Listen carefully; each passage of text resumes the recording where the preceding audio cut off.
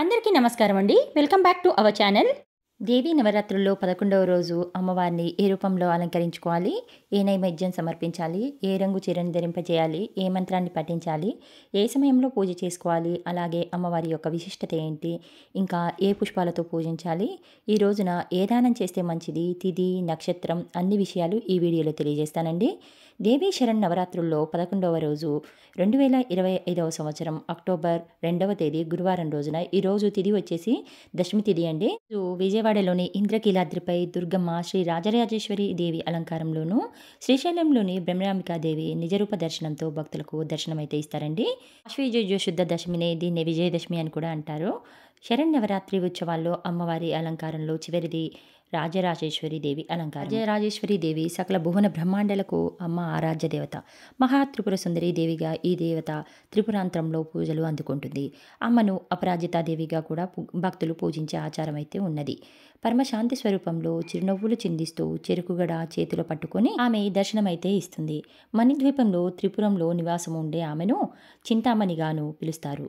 ఇచ్ఛ, జ్ఞాన, క్రియాశక్తులను భక్తులకు ఆ తల్లి అనుగ్రహిస్తుంది. యోగమూర్తిగా మానవ చైతన్యాన్ని ఉద్దీపనం చేస్తుంది. అనంత శక్తి స్వరూపమైన శ్రీచక్రానికి అధిష్టాన దేవత అయిన శ్రీ రాజరాజేశ్వరి దేవిని పూజిస్తే సమస్త శక్తులు సమకూరుతాయని, మనసారా కొలిస్తే బ్రహ్మజ్ఞానాన్ని కలిగజేస్తుందని నమ్మకం అండి.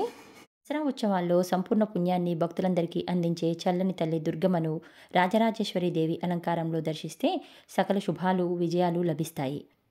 దేవీ నవరాత్రుల్లో 11వ రోజు 2025వ సంవత్సరం అక్టోబర్ 2వ తేదీ గురువారం. ఈ రోజున తిథి వచ్చేసి ఆశ్వయుజ శుద్ధ దశమి తిథి. ఈ రోజు అమ్మవారు శ్రీ రాజరాజేశ్వరి దేవి అలంకారంలో దర్శనమైతే ఇస్తారు.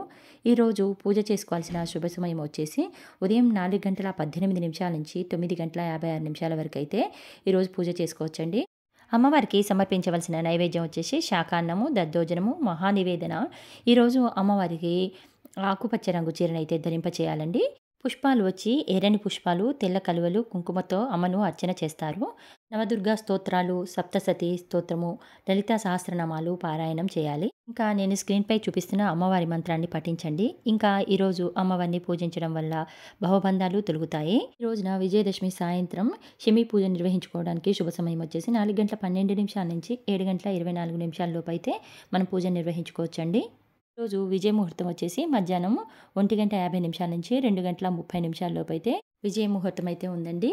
ఇదండి ఈరోజు వీడియో. ఈ వీడియో కనుక మీకు నచ్చినట్టయితే లైక్ చేయండి, షేర్ చేయండి, సబ్స్క్రైబ్ చేసుకోండి. మరొక మంచి వీడియోతో మళ్ళీ కలుసుకుందాం. అంతవరకు సెలవు. నమస్కారం.